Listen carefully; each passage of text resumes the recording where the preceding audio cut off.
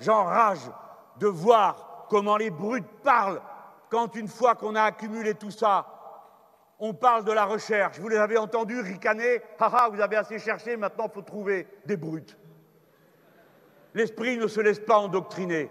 La première chose que nous avons à dire, c'est que si nous respectons la recherche et les sciences pratiques, eh bien nous avons un intérêt de très long terme à ce qu'il existe en France une recherche fondamentale libre, où on ne vient pas tous les 5 minutes demander à un chercheur quand est-ce qu'on va pouvoir tirer un brevet pour le mettre sur le marché. Vous avez besoin de la liberté de l'esprit plutôt que de celle du commerce. Oui, de la liberté de l'esprit, car il y a devant nous des défis qu'il faut absolument régler. Si vous voulez sortir du nucléaire, et nous voulons sortir du nucléaire, pas pour jeter la pierre à ceux qui l'ont fait, mais parce que c'est dangereux, et qu'on peut en sortir, et que les mêmes qui ont fait ces centrales sont capables de nous aider à les arrêter. Quel rapport? Mais mes amis, nous en avons pour 20 ans ou 25 ans à démanteler les centrales, en même temps qu'il viendra par la planification écologique la production de nouvelles formes d'énergie. Mais comprenez-moi, qu'est-ce qu'on va faire de tous ces déchets? On ne sait pas quoi en faire. La première centrale qu'on a commencé à démonter, 10 ans après, on y est toujours. Il nous faut donc de la recherche fondamentale, nucléaire, pour arriver à comprendre le mécanisme du rayonnement et parvenir à le stopper. Sinon, nous avons tout ça sur les bras pour 10 000 ans. Il faut de la recherche fondamentale libre. Nous avons besoin d'esprits cultivés qui trouvent, qui cherchent. Et des fois, ils trouvent des choses qui n'étaient pas prévues. Il faut arrêter de lier la recherche d'une manière générale aux entreprises privées.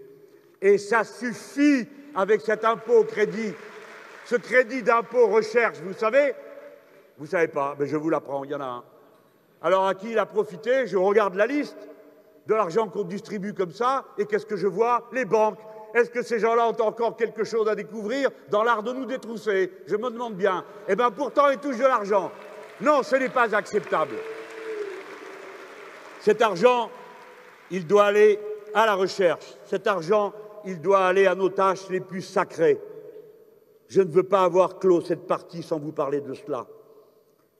Nous sommes ce grand pays, tant de poètes, tant d'écrivains, tant de scientifiques, tant de médailles Fields. Le premier pays au monde pour les médailles Fields.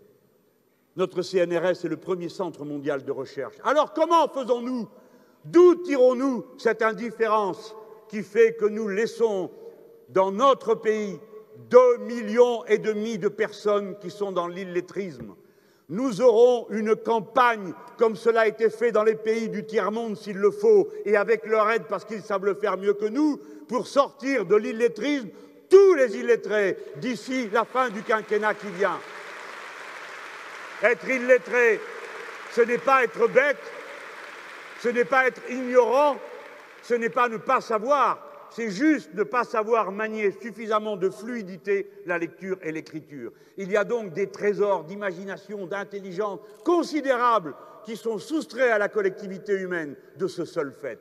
Et c'est cela que nous devons rattraper et mettre dans nos priorités, quelle que soit la couleur de peau, quelle que soit la religion, quelle que soit l'origine de celui ou de celle qui est dans cette situation.